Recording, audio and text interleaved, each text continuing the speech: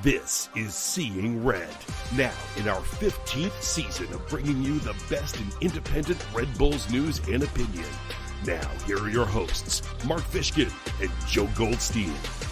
That's right. It's Mark Fishkin and Joe Goldstein here for yet another episode of Seeing Red. We're just 11 days away from games that count for the New York Red Bulls, and it's feeling real. It's getting real. The kit was finally released. We hope you and yours are having a wonderful Valentine's Day or Wednesday, or Ash Wednesday, or any kind of Wednesday that you like.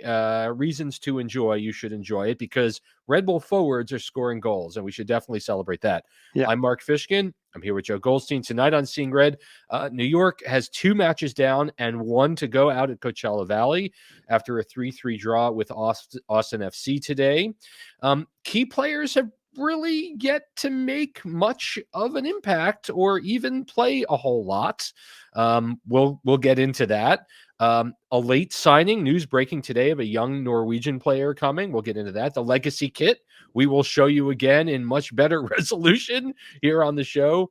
Our guest is Mike Batista of NYC Sports Nation, and your emails. Before we get into it, as always, please subscribe. The subscribing so very important on YouTube. So if you could help us out, it doesn't take much time to hit that subscribe button.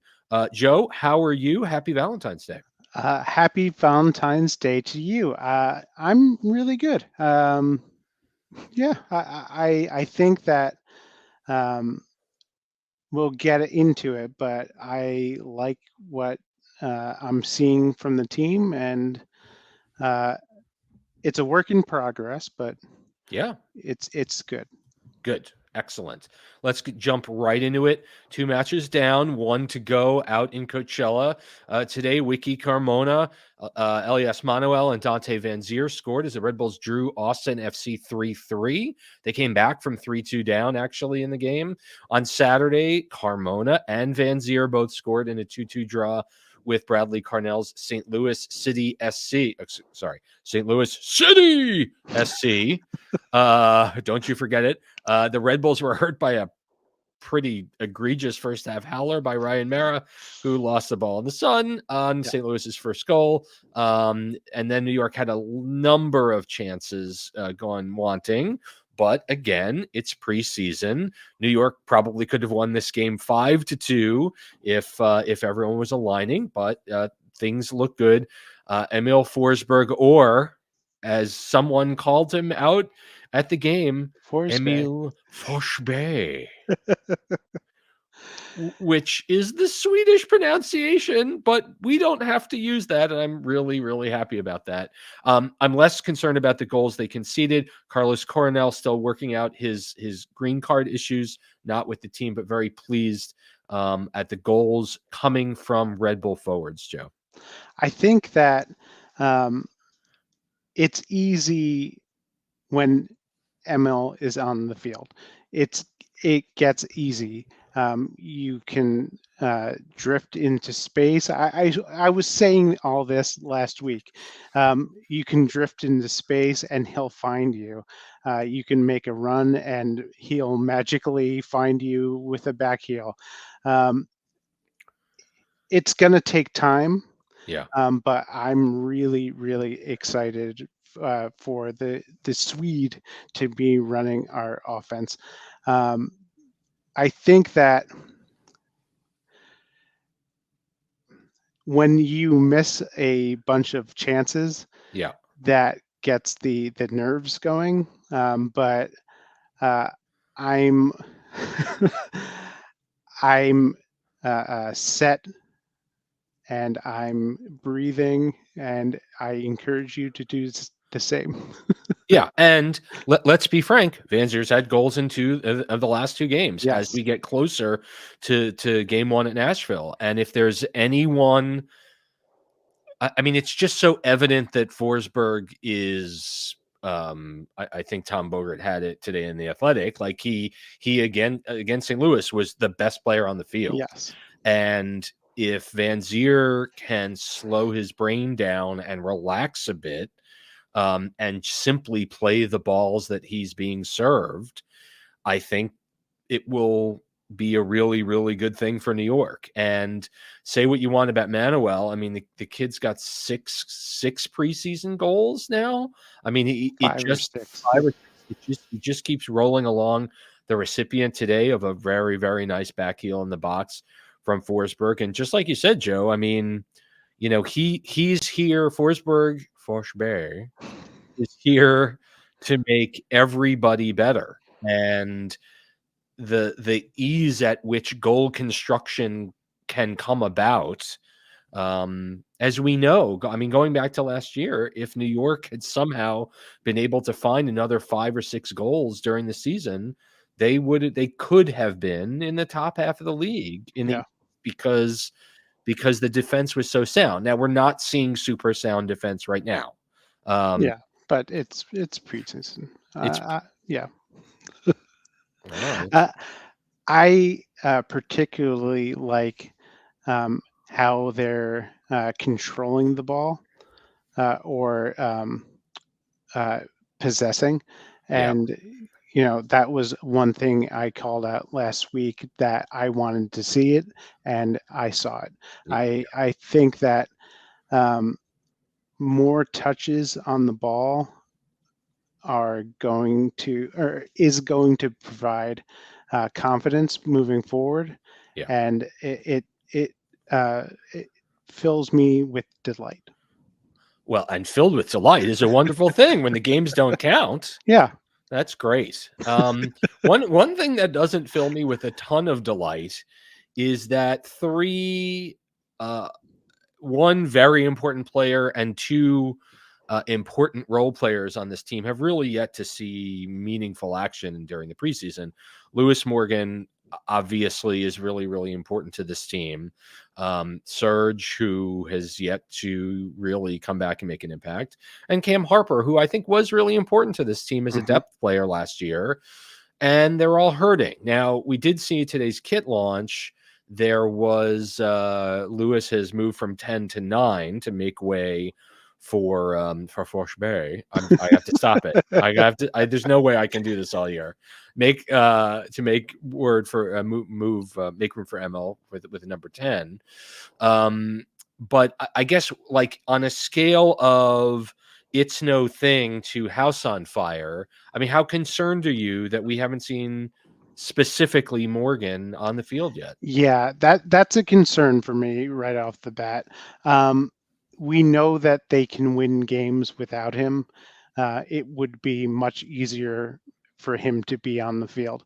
Um, I I'm I don't like how cagey they're being, but Well, you have to have someone to talk. You have to actually talk to someone to be cagey. that's I mean, true. again, back to Schwartz's presser, he said the players that are working on individual training are with the team and doing that. So we think we can make the giant leap that he's training, but Yeah, just not with well, the team. the Super Bowl poll, he was in it, so Right. there's hope. photo evidence of him being in California. Yes. Yeah. But yeah, not great, Bob. Not great, Bob. Yeah. And next week's show will come after Red Bull's Media Day, which I believe is on the 20th, on Tuesday. So we will bring you lots of interviews and all the good times and all the fun from Media Day. And I'm sure we'll have, it'll be very clear to everyone just how far away Morgan is. And then Goma and Harper, any thoughts there? I thought Cam was having a terrific season before the injury, so Right. I'm most regretful for his loss, but Serge has so much time to develop, and I can't be bothered to push him out before he's ready. Totally get it. Totally get it. Let's move along because there was some news that broke kind of midday. Red Bull fans are famously very concerned about the significant investment in the squad and how, as of to date, that really has pretty much looked like Emil Forsberg and Noah Ayla, who, no excuse to, offense to Ayla, he's 22 and he's really kind of getting at the start of his career. Well, just you wait, because if you thought that a 22-year-old Scandinavian was here to save the day, I introduce you to Dennis Yengar Forsberg coming to the Red Bulls on a 4-year deal from Norwegian side Odd SBK. Now, let me tell you about Dennis Gengar. He's 19. He turns 20 in 10 days. So he's a 20-year-old. 5'8", not terribly tall in stature, but apparently he is unbelievably quick. Yes. And it was the Norwegian press noted that put up a graphic today that he was faster than a number of the premier players in the game. 7 goals and 2 assists in 29 appearances for Odd in the Norwegian top flight. He is a right wing, if I did not mention that. He'll be a U22 signing, and the Red Bulls did have a spot for international U22s. So he's not a senior DP. Apparently, New York is going to spend about $2 million on him. And, for me, this is a player that may be an upgrade to Cam Harper. I mean, Harper can be technical. If Gengar is simply a lightning bolt, and you can see balls just played right down the wing to create scoring opportunities and unlock defenses, that is, I think, something that everyone would be excited about. But again, I worry, Joe, that it's like, get us a player. No, not him. What do you think? I think I spent a lot of time during the day watching his game highlights, which is infinitely better than watching individual highlights. I saw a winger who was unafraid to take people on, and whether that is on the outside or on the inside, cutting back to his left foot, it didn't matter. I saw a player was blinding speed, and the ability to take shots outside of the box, as well as being in the position to finish goals. And, it's not a knock against the Norwegian league, but Right. it's not You cannot. comparable to the MLS. No. So I'm excited that he's here. It's not gonna put butts in the seats, but I think that I think that I'm more bullish than not. Okay. Yeah. All right. I mean, again, I think the majority of engaged Red Bull fans want another player like Forsberg. I mean, they want another proven 9 that can get on the end of Forsberg passes and finish and challenge for the league lead in goals. That's what they want. Because we haven't had that in some time. A reliable scorer, going back to the Klamala days, to the Ashley Fletcher days, to the Tom Barlow days, to Dante's first season. Yeah. And so, as we were saying last week, we do have a DP9. He just has to play like one. And so I'm hoping that a Swedish renaissance for Belgian Van Zier will make everyone feel okay about it. I have one question though. Yeah. Is he going to play on the outside in midfield? Because that would correlate for maybe less time for Lewis Morgan when he's healthy, Yeah. or drop under Dante and sort of operate as a false nine. Yeah. No, it's a really good question. And the question really is, in addition, it's, if we're talking about Van Zier needing someone to play off of, it didn't appear that was the case today. Now, mind Yeah. you, we're getting a ground level 5-second clip of Van Zier scoring. It's not fair to do a deep tactical dive. Yeah. I will tell you, I've had discussions with folks at MLS, Major League Soccer, soccer.com, about, do you need a strong second forward, or can Van Zier and Manuel learn how to open space up for each other enough, rather than have the, Brian Ching, Tom Barlow non-scoring forward creating space for others. I mean, we literally waited for 3 years for Tom Barlow to, Yeah. right? So, and we wish Tom Barlow nothing but the best. All right, let's questions to come. Let's move on. All right. We got the kit. Hold on. Here it comes. We're gonna have to move again. You ready? Wait. There Yay! it is in all its glory. What do you think?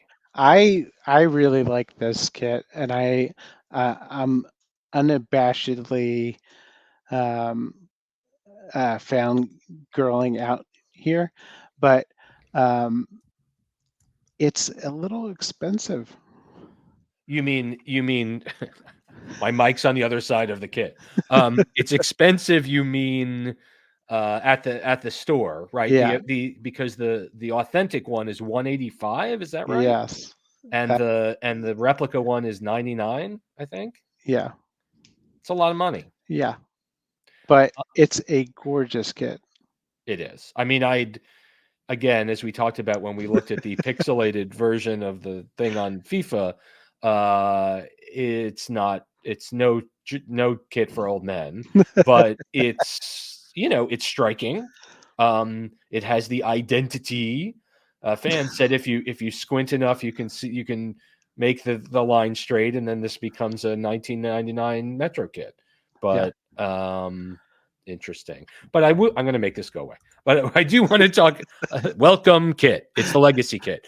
I do want to talk just for a minute. And if there's a place to get granular and on the ground with your issues about the team, this is the place to do that. Clearly, and so I'm going to do that. So they released this video along with the kit, and I was really paying attention to the messaging that went along with it, because what I'm finding is, and this isn't necessarily just for Red Bulls, but there's some sort of a genericization of videos like this, and this is what it says. I'm not going to put it up. I'm going to read it, and then we'll get in a minute to our guest Mike Batista. So here's what the language was, and I'm going to leave out the places in the script that mentions the locations where we play. Okay. Our legacy sets the stage and celebrates the generations that set the standard, represents those that came before us, those who laid our foundation and began a rich soccer tradition. It paved the way for us to build our community, a community strengthened by those who have been here and fortified those new to the block. To create our legacy that will inspire the next wave of rising stars, homegrowns, and national team captains. To spotlight the game that defines our culture, embedded into the threads of our neighborhoods and those that celebrate the beautiful game. Born and raised right here in our backyard. It's the passion that unites us all. That's why we're here. This is our legacy. This script could literally be for any soccer team anywhere in the world. Yeah. Well, maybe just in MLS because they mentioned homegrowns. But like the verses that I left out were from the Meadowlands to Soccerstown, USA, for the Ironbound to the city. Like you take those qualifiers and you've got, 90 minutes, 11 players, 1 ball, 1 goal. Like it just, for me, it didn't, like, I don't want to insult the people that created this Yes. because they did a good job on the video, but I found myself asking, did AI write this? Yes, that was totally my thought. Um, I've used a lot of speeches in my D&D games Yeah. that AI has generated, and this is like note for note. Um, if it was written by a person, I apologize. But yeah, 100%. yeah, it uh, it pangs of AI. It really does, and, like, I remember when the St. Louis team launched and they had their launch video and it was like from location X to location Y, from location A to location B, from location C to location D, we're here for you. And it's like, okay, like I have Google Maps. I can see what your town is. It just it the shirt itself is such a wonderful throwback. It's really using MetroStars colors, and I know Yeah, there's a segment of the population that wants the MetroStars to come back, and MetroStars are not coming back, and this team has been so much more successful on the field as the Red Bulls. And then there are fans that are like, kill the MetroStars with fire, and I never want to see it again. I think this has done a really nice job of like doing both. yeah, But something I just watched this and I was like I really want the team has done such great work attempting to connect to the community, and I want to hear I just have such an ear for that, and I just want more of that. yeah. That's all. Okay. So what we're going to do is we're going to take a break, and then we're going to bring on Mike Batista from New York NYC Sports World. So we're going to go, and then we're going to come back. Stay tuned.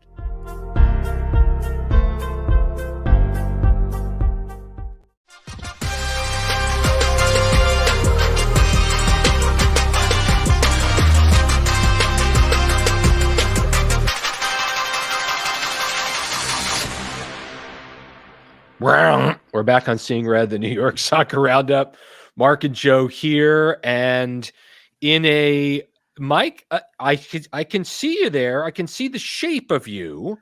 It's good to see you, Mike Batista from NYC Sports World, and also a major contributor at the Cup.us.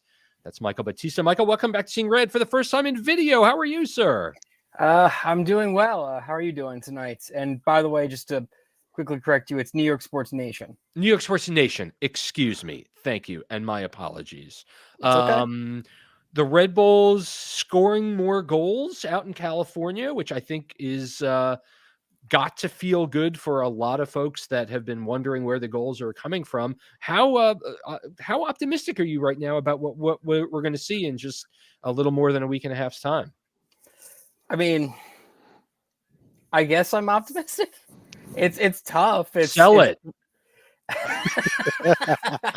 Sell your optimism. What do you want me to do here? You scored 6-0 against Florida Gulf Coast. I'm so excited. Look, give us the cup. We're seeing. Look, all I'm gonna say is that it has been very nice that every game, except ironically the game against the second division team, the Rebels have scored 2 goals or more. Yes. The only game, and if Corey Burke hadn't muffed a penalty kick, that game would have been 2-0. But you're seeing a lot of offense in these preseason games, and surprisingly, a lot of defense. The game against the college kids, it was 6-0. New England was 3-0.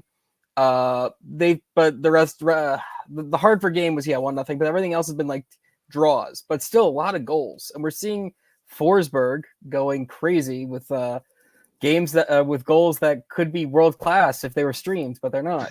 So, well, they did their best to hit the video from the drone. I thought that drone was the drone cam that they can do. They can do a drone. They just can't do a stream. Oh boy. What would you say the most pressing need is at present? Because we're scoring goals, but maybe the defense is unbalanced. It's funny because I went into last season saying our defense was the thing that was going to break, and we went into the mid-season with Andres Reyes and Aaron Long being some of the best center backs in the league, like via stats. I would say that I'm worried about that. I'm worried about saying it's defense. I think it's just midfield. Yeah. We need that player. It's funny because I feel like I've been saying this since Tyler Adams left, and it hasn't gone away. We need a player that can connect the defense to the forwards, or a player that can score from midfield. And Omir was the scorer. It's debatable if you could tell if he was the connecting man. I don't think that he was ever really the guy that would be searching out guys to find.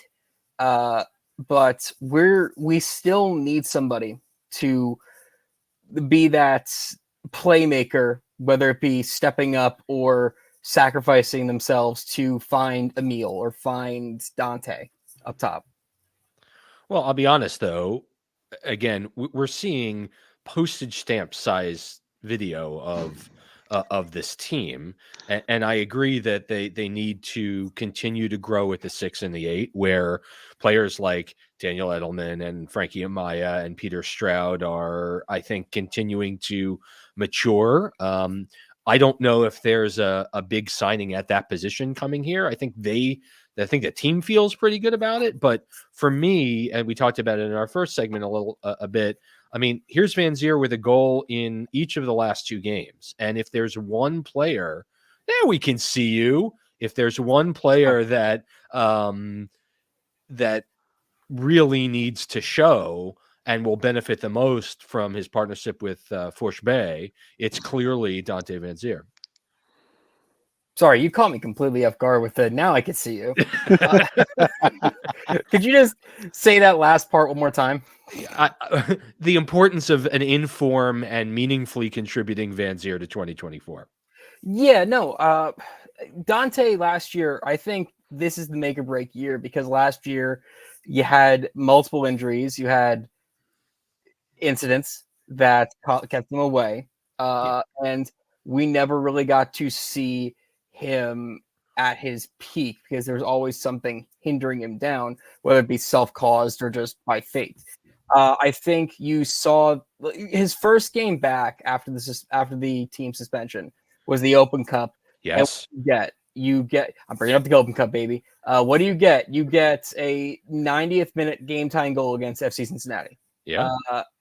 I think there's plenty more of that in the league. You just got to find the right people to play alongside him, because we saw last year that he can't do it by himself. Yeah, that's true. It's one game so far that broadcast, but what do you make of Sandy Claus's new system? That would be Sandro Schwartz. Mike. Oh yeah. No, I picked up what he was laying down. Okay. I'm gonna be honest. It's tough because with preseason in general, you're seeing 45 minutes of one. Yeah. It's like hockey. You're seeing shift A, shift B, like line A, line B, line C. It's tough to even gauge what is in his sack in the sleigh, but I would have to say that I am enthusiastic. I'd say it's a continuation of what I saw with Troy. Yeah. But more aggressive. Yeah. If that makes sense, because like Troy was a lot of building, and the offense never really clicked in the final third. It's preseason and they're playing in Coachella, so it's tough to say that the offense looks real good, but it looked more aggressive up top. Let's be fair. If Troy Lesane had Emil Forsberg, it would have looked a lot of different for him too. That's very true. That's very true. Thoughts on the kit?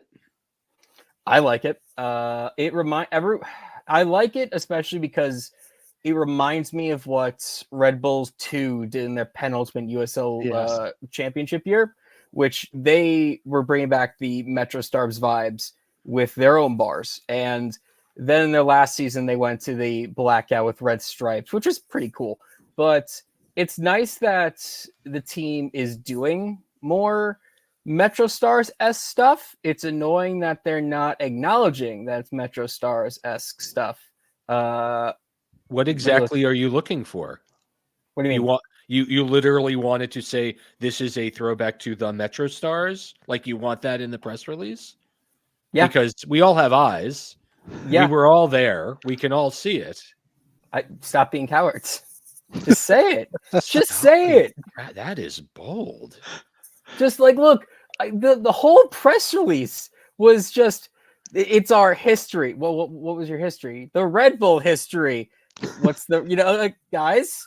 And then they showed a clip of Harrison, New Jersey, and called it Soccertown, USA. And I felt all the blood in my body start to boil because no, Harrison is not Soccertown. But overall, it's a beautiful kit. Or it's not beautiful. It's a great kit. I'm glad that they went this direction, and it's better than the yellow one. Well, and as we know, the yellow one is here to stay. Joe, you have another? Is the sporting department ready to close the transfer market, or you see another move happening in the near term? Well, did you guys talk about like the rumored pickup? We did. So yes, there's that one. I could totally see this front office using the Red Bull spider web, the Red Bull like ecosystem in multiple countries to grab something. We saw last year with Steven with that, they could grab they can grab people from different continents, but I could still totally see one more person after is it Gengar? How do you say it?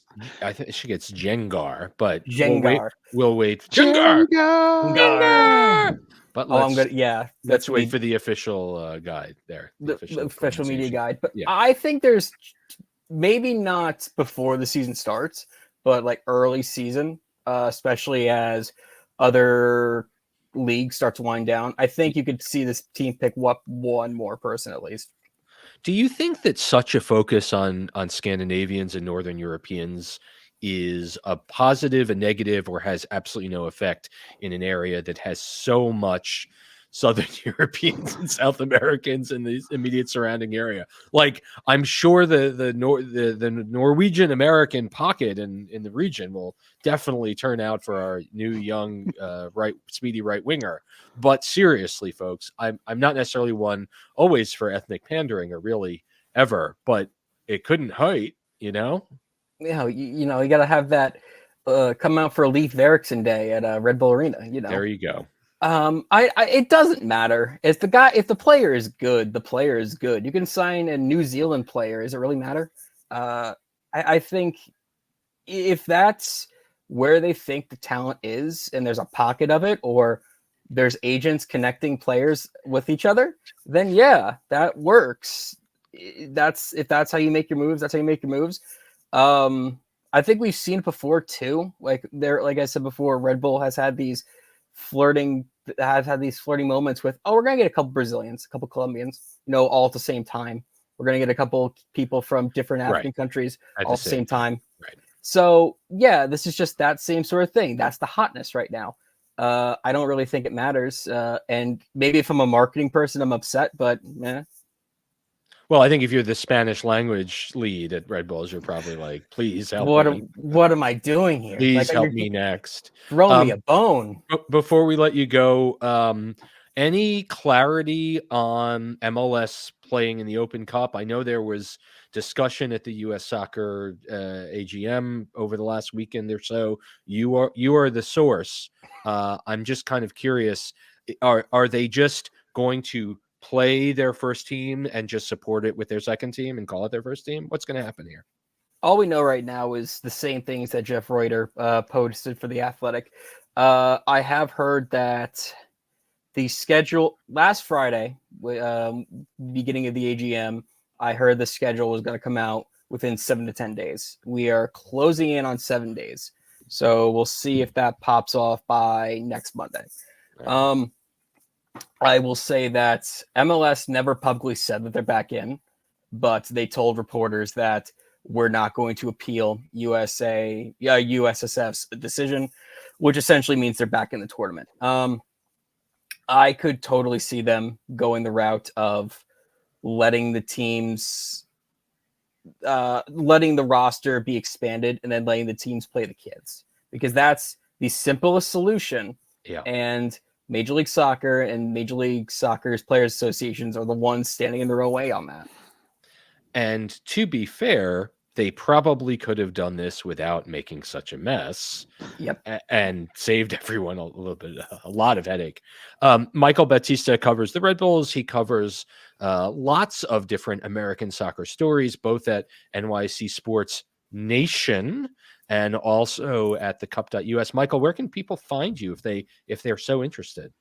You could find me on Twitter at Michael Batista with 2 T's, Battista. Isn't that 3 T's, Michael? Yeah, but it's B-A. Yeah, fine. Yeah, but Sorry. Everyone always says the B. Yeah. Anyway, you could find me on there. You could find me on Blue Sky at Batista. That's just I got on there early, so I got that. And that's pretty much it. And you could find me, covering the Open Cup for the Cup.us, US Soccer, and local soccer for New York Sports Nation and Hudson River Blue. You're a very busy man, and we really appreciate you taking some time out for us. And I know we'll talk to you as the season gets going, so thanks for stopping by. So you will. I'll see you soon. Thank you. All right. When we're back on Seeing Red, we've got some terrific emails. So as always, keep it here.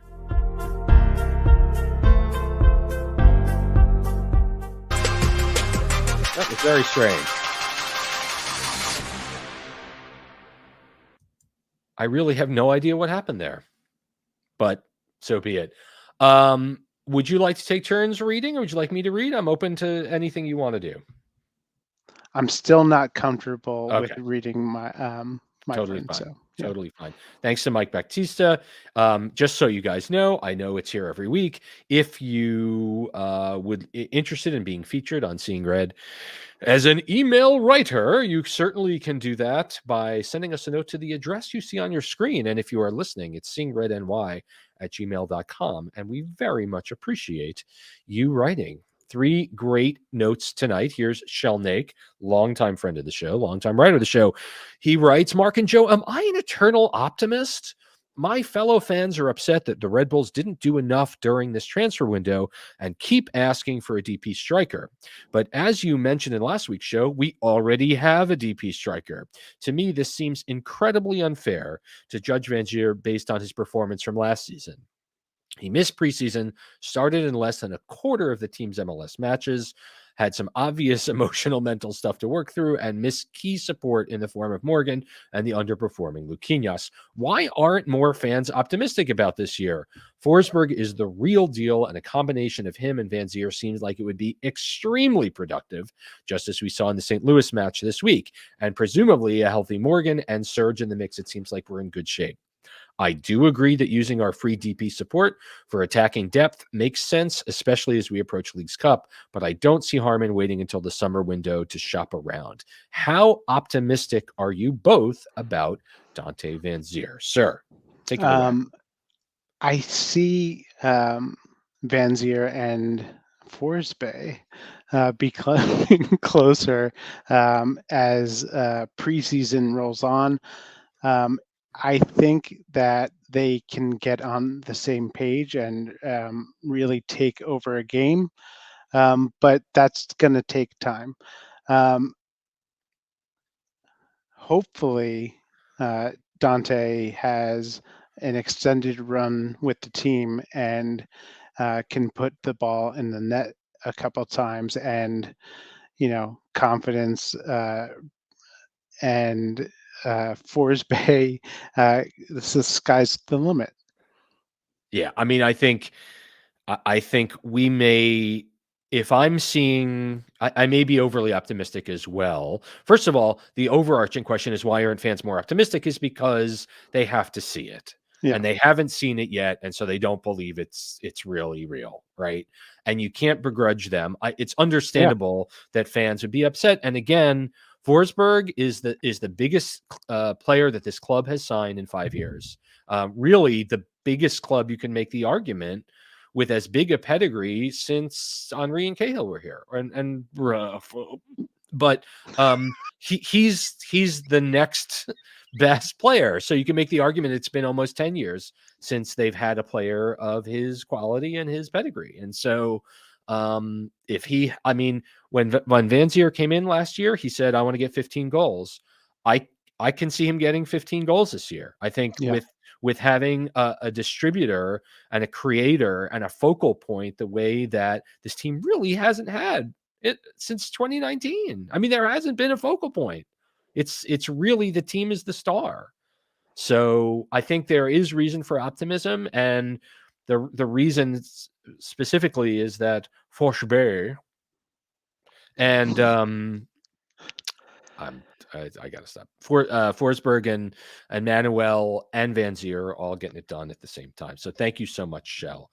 Here's Daniel Baker, who may be writing for the first time. I don't know. I don't think so. I think Daniel's written before. Yeah. Okay. Well, my apologies, Daniel. Mark and Joe love the show. Listen all the time. Thank you so much. Do you know you can watch now on YouTube as well? You can also watch us on goals.tv, which is a really cool site that has exclusive American created creator content. And it's really cool. They keep on adding more. And I encourage you, if you're so inclined, to check out goals.tv. Don't have an app yet. Go to the web. Good stuff there as well. Okay.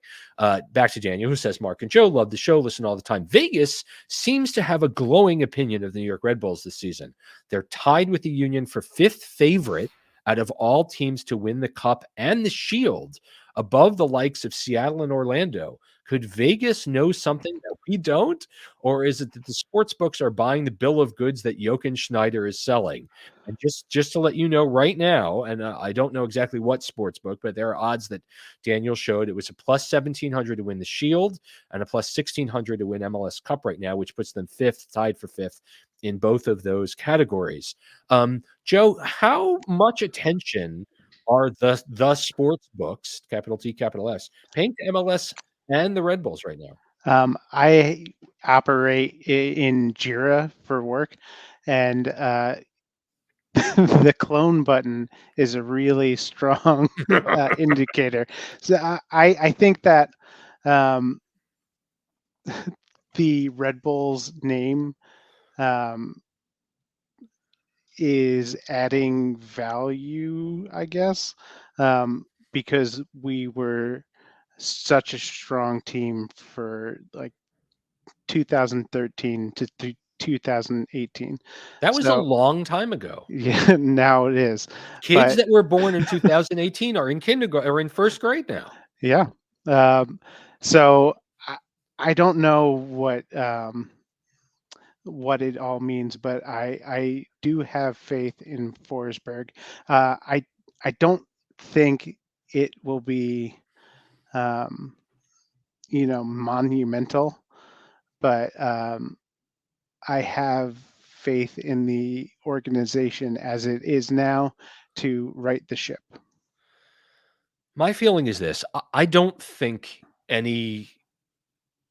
there's a second of thought that goes into LA Sportsbook's deep analysis of MLS. And I think the amount of money being bet on MLS, although it may be considerably larger with Messi now in the league than it was on a percentage basis, it's still really small.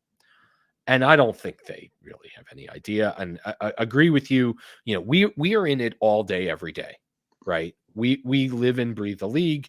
We live and breathe the team. You know, we don't understand why we're above Seattle and Orlando, who got better during the offseason, and they were a great team last year. And Pereira is a fantastic coach that knows MLS really well. Like, I would say that they are probably top 3 favorites to win And I don't think that there is an ounce of work being put in on the sportsbook side to research what the teams are. I think Joe's absolutely right. But, you want to take a flyer, get in now, right? Because if the teams, they usually update their odds like four or five times during the season. I usually post those I'm on one of the mailing lists for one of the betting houses. So I always share those because I think that's fun. And, Matt Doyle, the armchair analyst, had us at 10th on his preseason power rankings. I'd take 10th right now. Yeah. You got to figure we were like tied for 16th last year. We finished being the 8th spot in the East. I'd take 10th. I think this team, I think that's about right. All right. We're going to close with our really good friend, Jimmy Hoffa. And when Jimmy Hoffa writes, you better listen. You know what I'm saying? Jimmy Hoffa says, greetings, Mark and Joe. How crazy that MetLife Stadium is going to get the World Cup final, eh? Today, I'd like to talk to you about the so-called Red Bull style that every German speaker on our coaching staff and front office loves to harp on. What exactly is Red Bull style? Watching the matchup in the Champions League between Red Bull Leipzig and Real Madrid, I struggled to find any similarities at all for these two Red Bull teams. To keep it short, Leipzig actually challenged Real Madrid for winning the possession battle. Leipzig played the ball backwards and horizontally, played the ball down the wing and put in crosses and looked for second balls. They looked to work the ball in the box as well, rather than simply getting the ball vertical as quickly as possible. I have to say, I did not really go out of my way to watch other Red Bulls teams in the past, and I assume they all played the same way, based on how Schneider waxes poetically about the Red Bull way. The similarities? A 4-4-2 formation, young players with low price tags, a general sense of pressing, and verticality. However, Leipzig has very clear pressing, while Red Bull looks like chickens with their heads cuts out of possession. Leipzig generally looks to get the ball vertical, but not mindlessly, while Red Bull's players panic and get the ball vertically because they don't know what to do with it. I post that falling back on the Red Bull way is actually a way to justify budget money ball to us, as if we don't know any better. Leipzig, a team actually trying to compete, doesn't play chaotic soccer. There is a high tempo, but it is not chaotic. Leipzig chooses to play this way with a clear direction and purpose, while the Red Bulls play this way out of neglect and cluelessness. A good analogy, in my opinion, is some people use hair gel and hairspray to create a bedhead look, while others sleep through 5 alarms and create it naturally. Leipzig is playing an up-tempo 4-4-2 because they want to, and Red Bull New York's playing an up-tempo 4-4-2 because they have to. Yours truly, Jimmy Hoffa. I think it's fair to say that the Red Bull Leipzig roster is significantly more expensive, significantly more skilled, and significantly more proficient at playing soccer. But, Joe, I want your thoughts. Yes, to all that. I think the salary cap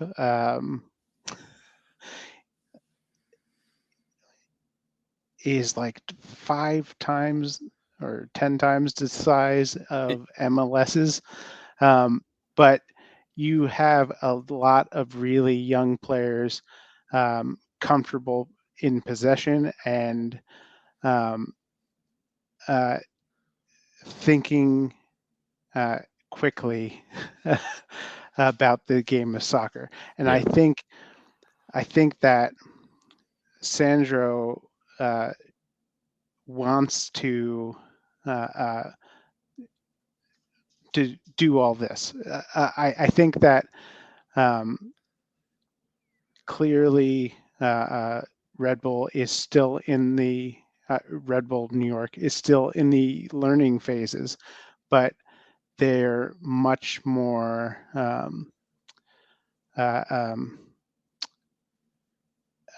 they have a much clearer view of pressing the ball so far, and they are comfortable in possession. And I think that it's just going to take time. I think that oh man, I blanked on his name. The coach from last year. Lassane. Nope. Gerhard Struber, my Struber, friend. yes. Okay. Struber is a very much in the mindset of play the ball mindlessly forward, Yes. rigid tactical setup, Yes. and good things will happen because why? Troy Lisane got much more into the team's psychology that we can't do that. It's not uh, the same as Leipzig or Salzburg, and we can't afford to do that for 90 minutes of the game. Every week, right? Yeah. So I think that Sandro is a more talented coach, and has more uh, experience dealing with these challenges with low payroll. Kids. Yeah, kids. So I'm not going to get on the bandwagon of questioning what the Red Bull style is, because there's always a wrinkle or someone adds to it. And I'm gonna hopefully see Sandro's style soon. Yeah, I mean, we the game on Saturday, which I believe is at 2 p.m. Eastern, will be streamed on lagalaxy.com. And so that's the last shot. I mean, that's the last go round. Team comes home for the week, and then they're off to Nashville to get it all started on the 25th, which, as we record, is 11 days away. And we're so excited to share with you everything that we'll have from media day, but just to get back to the regular rhythm of breaking down games and reviewing games for you guys and talking about being able to see the entire game with our own eyes live. I mean, what a luxury. And just to really think about everything that is Red Bull. So thank you to Shell and to Daniel and to Jimmy Hoffa, of course, wherever you are, for writing us. Appreciate the thought provoking. The last thing I'll say about Hoffa's note is, Leipzig is the tip of the spear, and they are playing Real Madrid in the Champions League round of 16. And I would imagine that they don't. I can't say for sure whether they change their identity for that game, but they're also a very skilled group of very expensive players that are at the upper echelons of global soccer, and that's not us. Sadly. So, yeah. Though they do have a similar problem with veteran leadership. So. Yep. Well, we got their veteran leadership. Literally, we imported it. So it'll be interesting to see. I want to thank you so much for watching episode 562 of Seeing Red. Thanks to Mike Batista of NYC Sports Nation and the Cup.us. If you're not following him on your socials, please do, because he's a great follow and he's a great young writer that's adding a ton of value in the space. We will be back next week to officially preview the Red Bulls season opener at Nashville. And I can't wait for Joe's first prediction of the year. So for Joe, I'm Mark, saying thank you so much for listening to Seeing Red. We're going to play the music one more time. Let's see if this will work.